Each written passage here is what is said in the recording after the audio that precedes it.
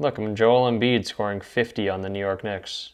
All right, we are back with another pick'em video. Going to be talking NBA in this one. If you don't understand what I just did as a joke, kind of, Embiid scored 50 on the Knicks, and he also just came out that he has Bell's palsy, a minor case of Bell's palsy, which is when I think like Justin Bieber had it also, and you saw like the cyborg video of Embiid on the ground blinking with one eye. And it's not serious. I looked it up, so very lighthearted joke here. But yeah, crazy. He scores 50 on him. Of course, we go to his first quarter points last video, but we're going to do a full breakdown of our picks from last time. At the end of this one, I ended up going 2-2 or 2-4, however you want to say that, 50% hit rate. So we're still around mediocrity. But again, like always, loving these picks. Doing this one a little bit earlier. This is going to drop pretty early in the morning. And then we got a lot of baseball later in the day as well. So if you're interested in some baseball picks, I might be able to make a second video today talking a little baseball because, again, a lot of those games starting later in the day, which, sometimes in baseball we get like midday games. But if you're new around here, definitely go ahead and subscribe. We rip out daily content like this each and every day, talking sports, talking props. Leave the video a like and comment anything down below. Just tells YouTube to push this video out a little bit more. But yeah, let's jump into some picks and jump into the board. So I'm on PrizePicks right now.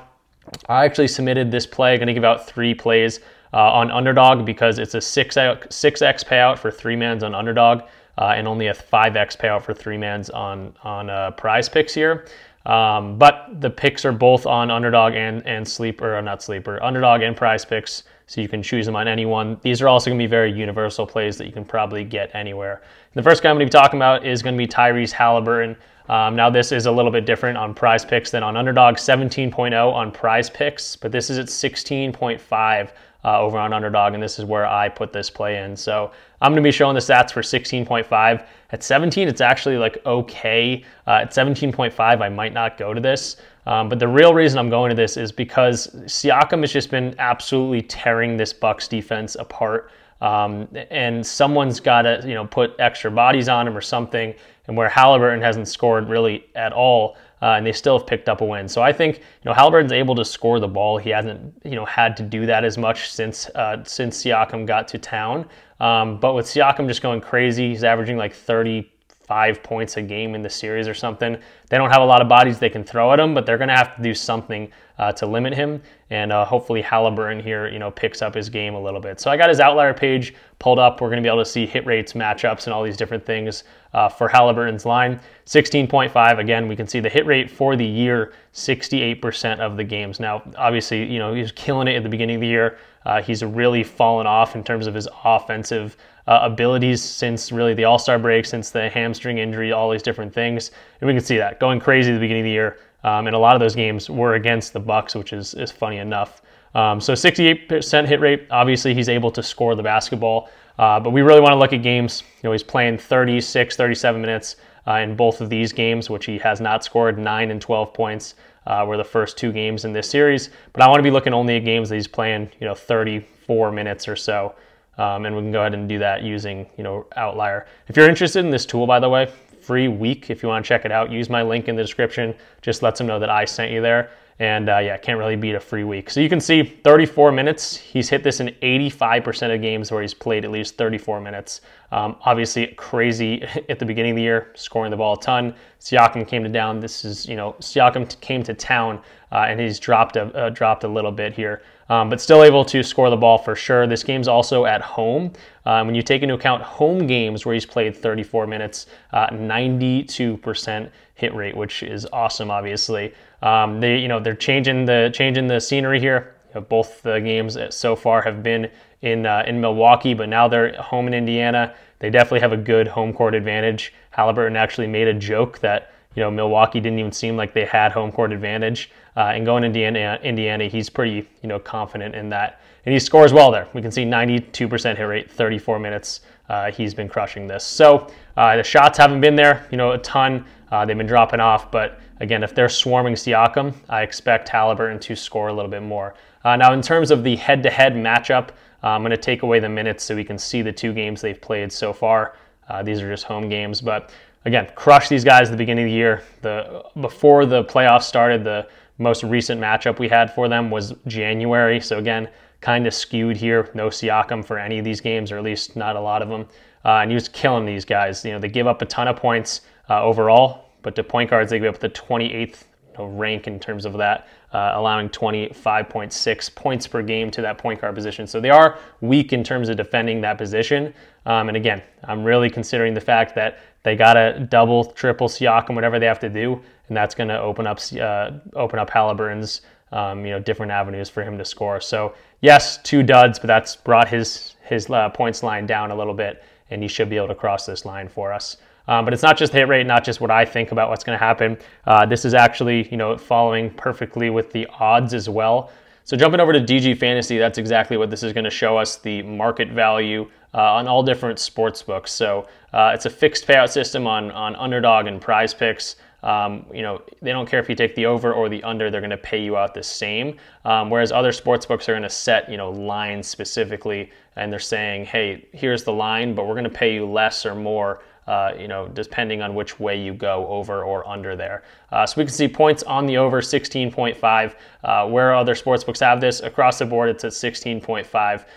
But minus 129, minus 132, minus 130 value across some of these main, popular sports books and some of the sharpest sports books in the world. And essentially that's saying, hey, if you want to take this over, that's fine, but we're going to pay you out less with this minus 130 value if you do take that over, because we're thinking, if we had to choose over under, we'll probably choose the over on this one as well. So that's always a good sign, pointing in the right direction for the odds. I don't know if I explained that very well, especially to people that are new to sports betting. But again, let me know in the comments down below. I can also make a video about how I go about making plays and what all these odds mean, if that would be something that interests you guys.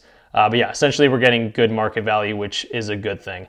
And then the last data point we like to look at over here is the RotoWire projection model. Again, another tool I use, link in the description, 2-day free trial. But we see Halliburton here, they're loving this. Points line, 16.5. You can go right to their projection model. Yeah, you see it's a blue line all the way over. They're projecting 21.69 points, which is like a 4-point difference, which you do not see very often. So that's a good sign as well. So everything pointing in the right direction here for Halliburton. And again, the main reason I'm going to him today is because Siakam's been so good that the defensive scheme is going to have to adjust to how he's been playing. And that's going to open up, different avenues for Halliburton to score here. So again, 16.5 on Underdog. But if you don't have Underdog, it is at 17.0 on PrizePicks. But you can also get this at 16.5 across all sports books if you're just on sports books. So that's gonna be our first play. All right, so moving on to our next pick here, I'm going to Patrick Beverley. So same game here, different team, and I'm going to go to his 1.5 blocks and steals line. I've been going to his fantasy score, which I think, these bulldog type players. We went to Lowry yesterday. We went to Mo Wagner a few times where he actually did cash for us. But Beverley has been getting a ton of minutes, a ton of run. He's a playoff player. And as his minutes increase, his hit rate on this line gets a whole lot better. He's away now. He's going to thrive off that, away crowd in Indiana, and he's going to play, just as hard as anyone else out there. And 1.5 blocks and steals seems pretty achievable for a guy like Beverley, who's going to go out, be scrappy, and play 35 minutes. So hopping into his outlier page here, I got 1.5 blocks and steals pulled up. Hit rate for the entire year obviously doesn't look great at all. 31% hit rate, averaging 1.05 blocks and steals over that time. But we go on to look down at the minutes graph, which really tells the story a little bit better. He's been gotten 36.6 minutes in that game 1, 34 minutes in game 2. So I'm going to go ahead and assume, the minutes have been increasing. Some of these guys might be injured too. Obviously, Giannis is a game time decision. Probably not going to play. Middleton is a game time decision. Didn't practice, I think Tuesday or something, or Wednesday, whenever his practice was. But he should play, unless he really can't, go with that ankle. But he's going to get the minutes is what I really want to say there. So as these minutes creep up, you can see what happens to the graph here. It makes sense. A guy like Beverley, if he's playing more minutes, that's just more times to get his hands in the passing lanes or block a shot or something like that. So you can see even at 24 minutes, the games he's playing at least 24 minutes, 52% hit rate. And as this goes up, 26, 27, 28 minutes, 30 minutes, 75% hit rate, 31 minutes, 86% hit rate, and so on. So I do like to see that, the more minutes he gets on the floor, the more opportunity he has. It just makes sense. And then specifically against this team, he's seen them twice now in game 1 and in game 2. So I'm going to take the minutes away and then go to the head-to-head. We see he's cashed in both these games, and kind of in both different ways. So 2 steals in that first game, and then 2 blocks and a steal in game 2. So it's tied up 1-1. It's just going to get chippier, and Beverly's kind of that guy, the pest that should, go hopefully blow up some plays on the Indiana side of things. But again, let's go into some odds, see if we're getting some good market value. DG Fantasy showing us 51.34% chance to hit. Why is that? It's because, some of these data points are saying these other sports books are taking the over. They're favoring the over slightly. We can actually go a little bit deeper into this as well. This is the sportsbook screen on OddsJam. Check it out. Another tool in the link in this, the link of it is in the description. Get a free week if you want to. Just lets them know that I sent you there. But we can see across all sports books, however many have this lineup, his average is 1.5 and it's minus 123.8 in terms of odds. So it definitely is favored on the over, which is good to think, okay, my thought process is there. Here are the odds, and they're also favoring that. And then the projection model is also on our side here. 1.5 blocks and steals, they're projecting 1.72, which is much closer to 2 than it is to 1. So another one where everything pointing in the right direction. And again, just makes sense that a guy like Beverly should be able to go out there and get 2 stocks for us in a competitive game in Indiana. And then before we jump into our last play of the video, I do want to shout out the Discord community. If you're at this point in the video and you're interested in this kind of stuff, we're always talking props, talking plays, talking sports in general, as you can see in the Discord. It's a lot of fun. Haven't had the best month or, the past weeks, but April's just been brutal for, I think, across the board here for a lot of people that, sports bet and do DFS very consistently. March and February were ridiculous ROIs and unit sizes and all those different things. But April has been super unpredictable, and it's just been tough. But that's where bankroll management comes into. I'm always preaching bankroll management in here, and people are still out here having fun. It's entertainment at the end of the day. A lot of people can go out and say that you're going to make $1 million sports betting, but I'm one to say this is for fun. It just makes games a little bit more fun to watch. And we have a lot of fun in here, a lot of laughs, and it's a good time. It's $20 a month if you want to check us out. It's just so that I can do this for a full-time job. Creating this community is something I really have liked doing, and that's the way that I can continue doing this for my full-time job. But there are plenty of ways to get in here for free if you want to do that. PrizePicks, Underdog, Chalkboard, Sleeper, Dabble, and DG Fantasy are all going to qualify for a free month if you want to just get in here for free. And there's perks of signing up for all of them. Either 100% deposit match up to $100. Sleeper's going to get you to $500. But they also are throwing promotions at us all the time, especially in the playoffs. PrizePicks has Taco Tuesdays. Sleeper has Wildcard Wednesdays. Underdog has thrown discounts at us in back-to-back days. Chalkboard always has discounts. So it's, you don't have to play every single day on Underdog or on Chalkboard or something. But when they throw out a discount or they throw out a free square, you want to be able to take advantage of that. So that's the Discord. Again, people are always having fun in here. We're always talking props. And again, if you're at this point in the video, you should definitely check us out. All right, and then moving into our last play of the video, it's going to be PJ Washington for the Dallas Mavericks here. I wanted to get a play in that Suns versus Timberwolves game. That one is too hard for me to predict. Is Kevin Durant or Booker or Beal, or is one of them going to show up this series? And also just the head-to-head matchups between these two teams. Gobert's been killing it these first 2 games, playing like 39 minutes a game. But previously he has not played very well against the Suns, and now the Timberwolves are on the road. There's a lot of weirdness going on in that series, and I'm just going to stay away from it, I think. But with that said, really excited about this PJ Washington line as the Mavericks are now home. It's a 1-1 series, and role players typically play a little bit better at home. We could see a crazy Luka game. I wouldn't be surprised about that either.